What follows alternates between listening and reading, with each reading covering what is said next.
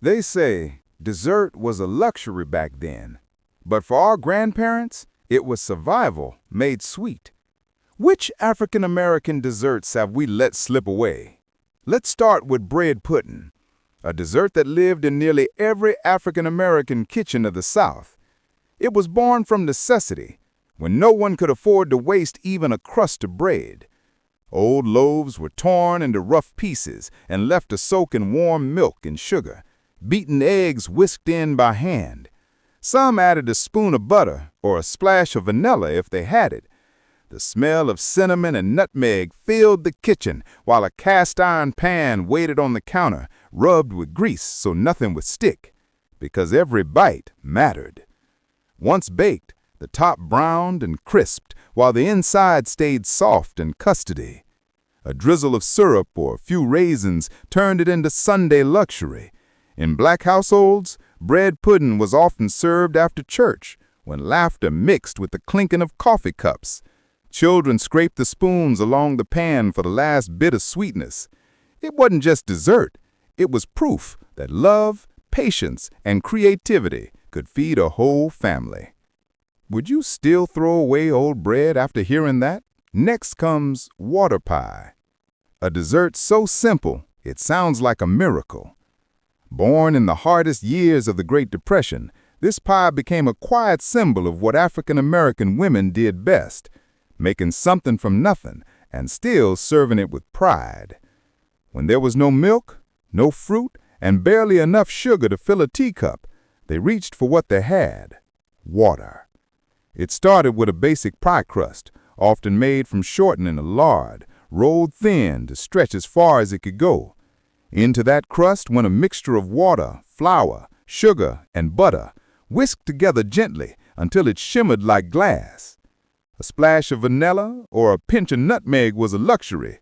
Most days, it was just the basics and a whispered prayer that it would set. While it baked, the aroma was faint, warm butter and toasted flour. But when it cooled, something magical happened. The filling thickened into a soft, clear custard, silky and sweet, with the kind of flavor that made you stop and smile. It wasn't fancy, but it was survival disguised as dessert. In small southern kitchens, women shared slices of water pie with neighbors and children, saying, if you can make sweetness out of water, you can survive anything. Now let's talk about molasses cookies, the kind that made a kitchen feel warm even when the house was cold. They came from a time when sugar was too expensive, but molasses, that thick, dark syrup, was always close at hand in African American homes. It was cheap, strong, and rich with the flavor of the fields where people once worked. Mothers and grandmothers would mix flour, baking soda, and a spoon of that black syrup into a heavy batter. A pinch of ginger or cinnamon was added when the cupboard allowed. The dough was rolled into rough little balls, pressed flat by hand, and baked in iron pans that had seen generations of bread before them. When the cookies came out, the air filled with the smell of spice and smoke. They cracked on top, shiny, dark, and sweet in a quiet way. A single bite stuck to your teeth just enough to make you smile. For many black families, these cookies were a treat that didn't need a reason. They were baked on Saturdays, shared with neighbors, or handed the children walking home from school. The taste was humble, but it lingered, sweet, smoky, and steady. They said molasses cookies tasted like hope, small, warm, and strong enough to get you through another week. Viner pie was one of those clever creations born straight out of necessity, when the pantry was nearly empty, but the spirit to create something sweet never ran dry. In African American kitchens of the South, this pie became a quiet symbol of creativity and resilience. Even when the shelves looked bare, there was always enough to make something worth sharing. The filling was simple: sugar, butter, eggs, and just a splash of vinegar to bring that sharp, fruit-like tang. It didn't look like much before baking, just a thin mixture poured into a humble crust, but when it came out golden and trembling like soft custard, it filled the kitchen with quiet triumph. That first bite surprised you: creamy, rich, and faintly tart, the kind of taste that shouldn't work but somehow did. Mothers sliced it thin so everyone could have a piece, and children learned what it meant to make the best of what you had. It was a dessert that carried pride, proof that even a few simple ingredients could hold the weight of love and ingenuity. Today, people might raise an eyebrow at the thought of vinegar in a pie, but those who grew up with it remember the warmth behind every bite. Would you try a slice just to taste what resilience once felt like? After vinegar pie proved that sweetness could come from the simplest shelf, caramel cake showed what happened when you finally had a little more to give. It wasn't born from plenty. It was born from patience. Caramel cake wasn't an everyday dessert. It was the kind you waited all year for. It showed up when the house felt full again, on birthdays, church anniversaries, or the rare Sunday when somebody came home safe.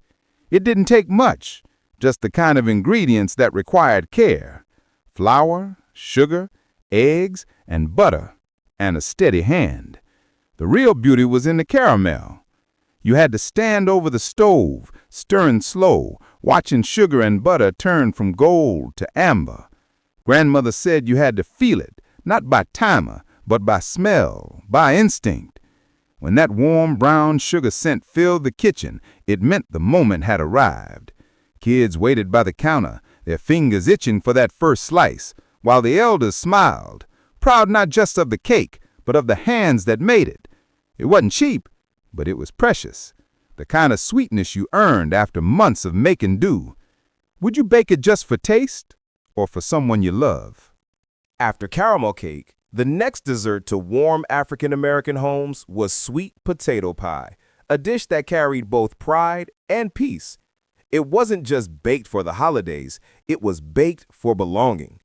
In Southern kitchens, sweet potatoes were plentiful, humble, and long-lasting, a gift from the soil that asked for little but gave much. Families roasted the potatoes until their sugars turned dark and sweet, then mashed them with brown sugar, eggs, milk, and spice. The scent of nutmeg and cinnamon filled the air, mixing with the sound of gospel from a nearby radio and the laughter of children waiting for the first slice. It was dessert, but it was also ritual. One person in the family made it best, and everyone knew it. Sweet potato pie didn't need frosting or decoration. Its beauty was in the simplicity. The smooth, golden filling trembling inside a flaky crust, the way it looked under the light when first cut. Some served it warm with whipped cream, others cold the next morning with coffee. But the feeling was always the same: home. Transparent pie was one of those quiet treasures that once lived in Black Southern kitchens, simple, shining, and full of pride.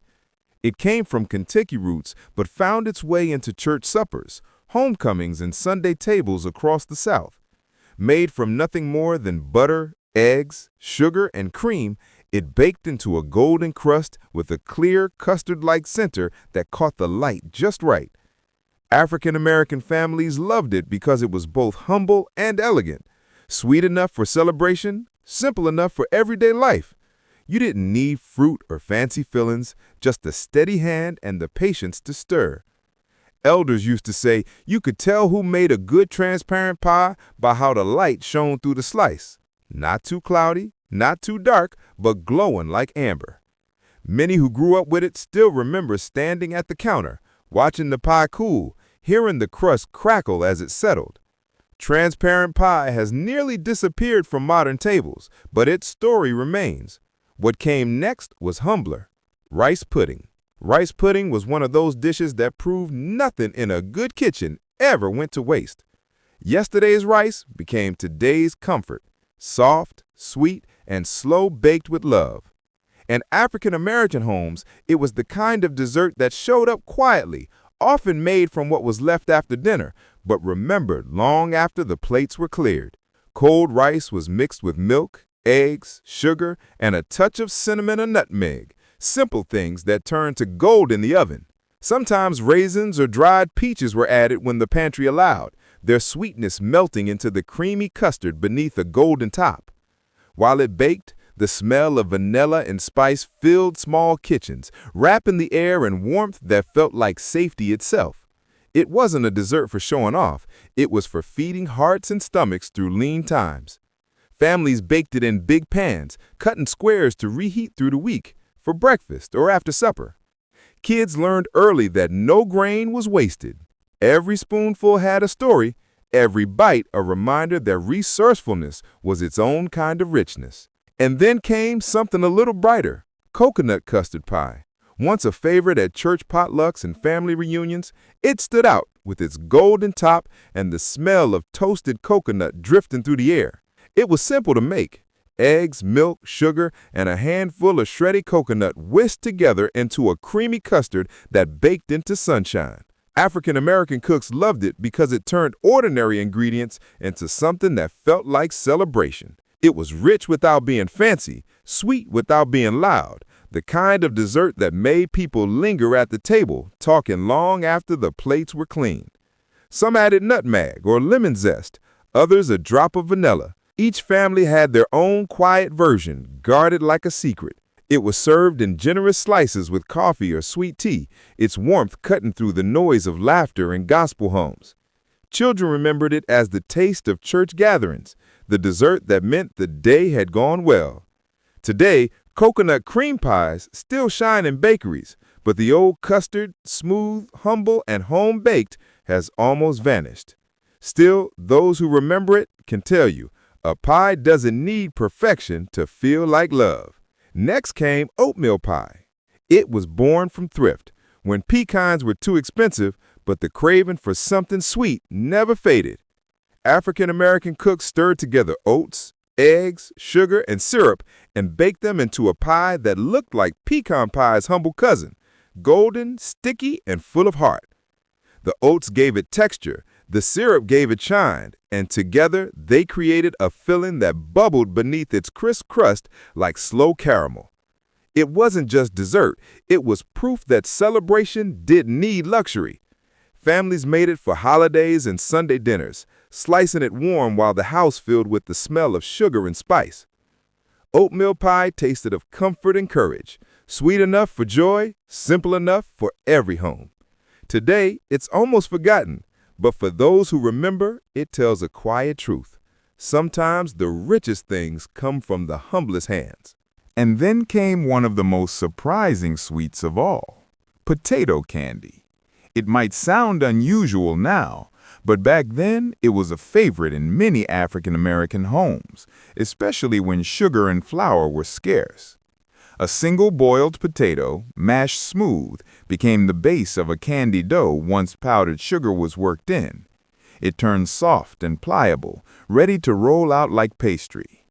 Across kitchen tables, mothers spread peanut butter over the dough and rolled it tight into spirals before slicing it into pinwheels that looked like tiny miracles. No baking, no expensive ingredients, just creativity and care. The taste was sweet, nutty, and full of surprise, the kind of treat that made children's eyes light up after long, simple meals. It was served at holidays, church socials, or just on days when someone needed a reason to smile. Today it's nearly forgotten, but for those who remember, it was more than candy. It was proof that even in hard times, love could still taste sweet. Next came prune cake, the kind of dessert that made something humble taste like a blessing. In African-American kitchens, it turned dried fruit and a handful of spices into a cake that felt richer than it had any right to be. Prunes were stewed until soft, then folded into a batter of cinnamon, nutmeg, and clove, a scent that filled the house long before the oven timer rang. The cake came out dark, fragrant, and tender enough to melt beneath the fork. It stayed moist for days, perfect for feeding big families or sharing at church gatherings. Some dusted it with sugar, others drizzled a bit of icing when the cupboard allowed, but no one ever called it plain. It was the kind of sweetness that made the air feel warm again after a long week.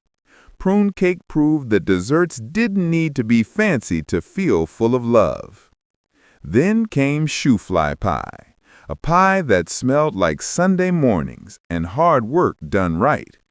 It came to African-American kitchens through the Southern foodways, where molasses was cheap, steady, and strong. a sweetness that lasted through hard seasons. The filling was simple: molasses, brown sugar, and a handful of crumbs that baked into a dark, sticky custard with just enough spice to wake the soul. Molasses made it practical. No fruit, no fancy sugar, just what you had in the pantry. It baked with a rich aroma that filled small houses, a smell that clung to curtains and memory alike. When it came out of the oven, the crumb topping cracked into a golden crust over the deep brown filling, shining like caramel in the light. Families sliced it thick and served it warm with coffee, talking slow after church or after supper. It was bold and comforting, a dessert that tasted like resilience, sweet but steady, rich but honest. Over time, it faded from tables, replaced by boxed mixes and store-bought sweets. But those who remember say no dessert ever carried the same spirit. After the dark richness of shoe-fly pie, something lighter always followed. Jelly roll cake, a dessert that looked like celebration itself. It didn't need expensive ingredients to feel elegant. A thin sponge cake, baked golden and soft, was spread with homemade jam, usually blackberry or plum, then rolled tight, one careful motion at a time. When sliced, each piece revealed a spiral of color that seemed almost too beautiful to eat. Families brought it out for birthdays, church socials, or Sunday dinners, moments when presentation mattered as much as taste. Rolling it took patience. One wrong move and the cake could crack, but when done right, it was a quiet triumph. Children loved the bright swirls. Elders admired the steady hands that made them. It was a dessert of thrift disguised as grace. Simple ingredients turned into something worthy of applause. Over time, boxed mixes and store-bought sweets replaced it, and the skill slowly disappeared from home kitchens. Next came chess pie. It didn't sparkle or shine, but it carried quiet wisdom, the kind born from making do with what you had. In African-American kitchens, it was baked from pantry staples, butter, sugar, and eggs, and a spoon of cornmeal. Nothing fancy, yet somehow perfect. The filling turned golden in the oven, its texture soft but slightly grainy, the flavor rich and caramel sweet. It was the kind of pie that held steady, simple to make, easy to share, and always welcome. Families brought it to church suppers, community dinners, and holiday tables, cutting thin slices so everyone could have a taste. Chess pie was more than dessert. It was a teacher. It showed how patience and thrift could bake into something worthy of pride. And for many, it tasted like memory. The voices of mothers and grandmothers serving it warm, their hands steady, their smiles quiet. It was heritage baked into every slice, a sweetness born of simplicity and care. Next came Apple Brown Betty, a dessert that proved comfort didn't need luxury. It was born in African-American kitchens where nothing went to waste, just sliced apples, old bread, sugar, and a few warm spices. Layer by layer, families built sweetness out of scraps, dotting butter between the crumbs and apples until the pan looked like hope itself. As it baked, the smell of cinnamon and brown butter filled the room, wrapping everyone in warmth. Children waited by the stove for that bubbling sound, knowing it meant dessert was almost ready. Served warm, sometimes with a splash of milk or cream, it tasted like simplicity turned into love. Apple Brown Betty wasn't just a dessert. It was proof that even the humblest table could hold something worth remembering. After all those pies and puddings, some desserts found their strength in simplicity, like Cornmeal Pound Cake. It wasn't soft or fancy like the cakes you see today. It was hearty, golden, dense, and proud of its rough edges. African-American families baked it in loaf pans or heavy cast-iron skillets, the air filling with the smell of butter and cornmeal warming together. Each slice had texture, a little grit from the cornmeal, a little sweetness from the sugar, and just enough richness to make you feel at home. In small southern towns, cornmeal was always on hand, cheaper than white flour, easier to store, and grown close to home. This cake kept for days, wrapped in cloth or tin, ready for breakfast with coffee or shared in the evening with tea. It wasn't showy, but it didn't need to be. It was honest food, the kind that spoke quietly of care, patience, and pride. Over time, box mixes and store-bought cakes replaced it. But for those who remember, cornmeal pound cake still means something more than dessert. Then came blackberry jam cake, dark, spiced, and rich with memory. It was the kind of cake that made a house smell alive. Cloves, cinnamon, nutmeg, and a deep sweetness from blackberry jam stirred straight into the batter. That jam wasn't store-bought. It came from jars sealed in summer, made from wild berries picked along fences and fields. Every slice carried the taste of those hot days and the hands that gathered them. African-American families baked it for special Sundays, birthdays, or church gatherings. Sometimes it wore a thin glaze, but most times it stood plain and proud, letting the spice and fruit speak for themselves. It kept well for days, soft, fragrant, and comforting, a reminder that even the humblest harvest could sweeten the hardest seasons. Few remember it now, but for those who do, blackberry jam cake isn't just dessert. It's a piece of time, summer preserved in sugar and faith. And just when it seemed that sweetness had run out, kitchens found another miracle: peanut butter pie. It was creamy, simple, and proud of its thrift. African-American families made it with what they had: crackers or leftover crust for the base, and a filling whipped from peanut butter, sugar, and milk. No fancy cream, no expensive nuts, just patience and the steady rhythm of a spoon stirring hope into sweetness. Once chilled, the pie set smooth and soft, with a taste both rich and humble. It was served on Sunday dinners, birthdays, or even just because someone deserved a treat. Children loved it for its sweetness, adults for its simplicity. Each slice reminded folks that luxury wasn't about cost, it was about care. Today, peanut butter pie has faded from most tables, but back then, it meant something. Proof that a little creativity could make life taste generous again.